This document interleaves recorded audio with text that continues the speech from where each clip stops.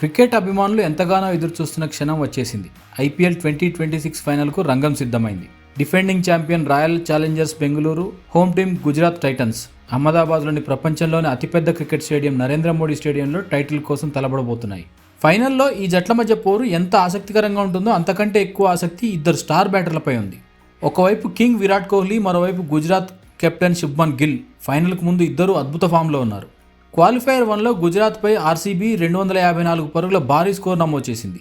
ఆ మ్యాచ్లో కోహ్లీ 43 పరుగులతో జట్టుకు బలమైన ఆరంభాన్నిచ్చాడు. ఆ విజయంతో బెంగళూరు నేరుగా ఫైనల్కు చేరుకుంది. ఇక గుజరాత్ టైటన్స్ ప్రయాణం మరింత నాటకీయంగా సాగింది.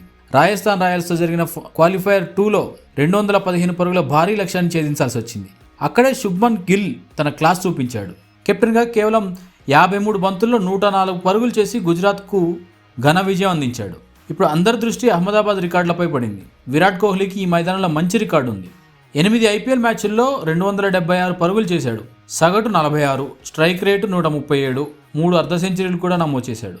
ముఖ్యంగా గుజరాత్పై 44 బంతుల్లో 81 పరుగుల ఇన్నింగ్స్ ఇంకా అభిమానులకు గుర్తుంది.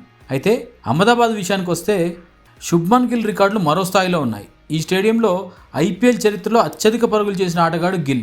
ఇక్కడే 1000 పరుగులు పూర్తి చేసుకున్న తొలి ఐపీఎల్ ఆటగాడిగా రికార్డు సృష్టించాడు. ఈ వేదికపై అతని సగటు 60కి పైగా ఉంది. స్ట్రైక్ రేట్ దాదాపుగా 160, 3 సెంచరీలు, 4 హాఫ్ సెంచరీలు, అందులో 129 పరుగుల భారీ ఇన్నింగ్స్ కూడా ఉంది. అంటే నరేంద్ర మోడీ స్టేడియం గిల్కు సొంత మైదానం లాంటిది. ఒకవైపు పెద్ద మ్యాచ్లో అపార అనుభవం కలిగిన కోహ్లీ, మరోవైపు గ్రౌండ్లో అద్భుత రికార్డులు కలిగిన గిల్. ఈ ఇద్దరిలో ఎవరు చెలరేగుతారనే దానిపైన ఫైనల్ ఫలితం ఆధారపడి ఉంటుంది.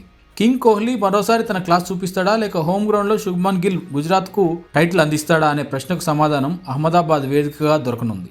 ఒక విషయం మాత్రం ఖాయం, ఐపీఎల్ 2026 ఫైనల్లో అందరి కళ్ళు బంతిపైనే కాదు, కోహ్లీ గిల్ బ్యాట్లపైన కూడా ఉండబోతున్నాయి.